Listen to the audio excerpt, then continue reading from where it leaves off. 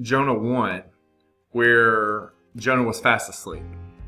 And this reminds us of when Jesus was fast asleep on a ship within a storm with his disciples. And it's mentioned in the Gospels of Matthew and Mark.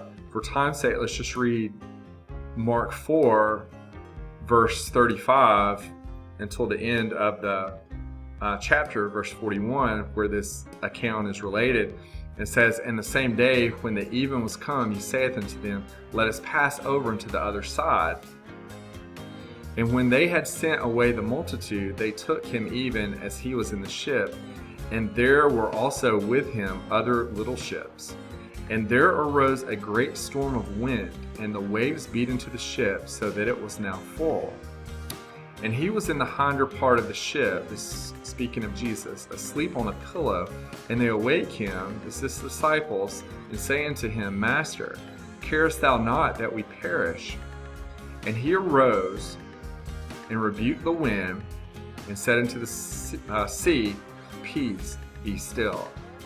And the wind ceased, and there was a great calm. And he said unto them, Why are ye so fearful? How is it that ye have no faith? And they feared exceedingly, and said one to another, What manner of man is this, that even the wind and the sea obey him?"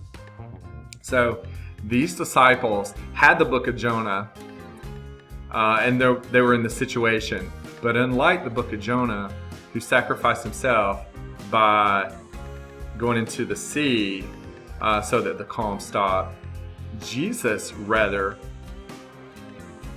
calmed it himself. He was showing that he was God, that he was the Son of God, and that he was God, that he had power over the elements of the storms, of the rain, the winds.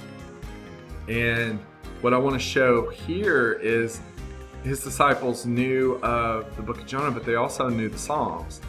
And this is a prophecy that Jesus fulfilled in the book of Psalms.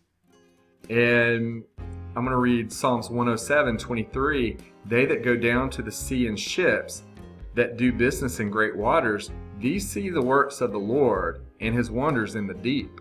For he commandeth and raiseth the stormy wind, which lifteth up the waves thereof." And we saw in the book of Jonah how this happened a few hundred years later, that the Lord caused the storm to come about when Jonah was running from him and paid his fare to get on the boat to go to Tarshish.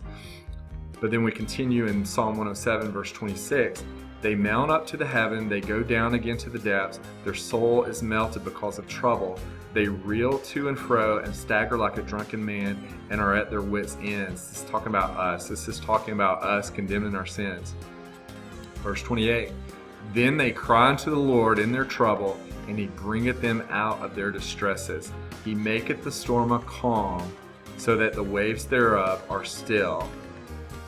Then are they glad because they be quiet, so he bringeth them into their desired haven." So what happened again back in Mark 4? It's the exact same words. Jesus says, "Peace, be still." And then the wind ceased, and there was a great calm. And he took them to their haven, fulfilling prophecy in Psalm 107 to show that he is God.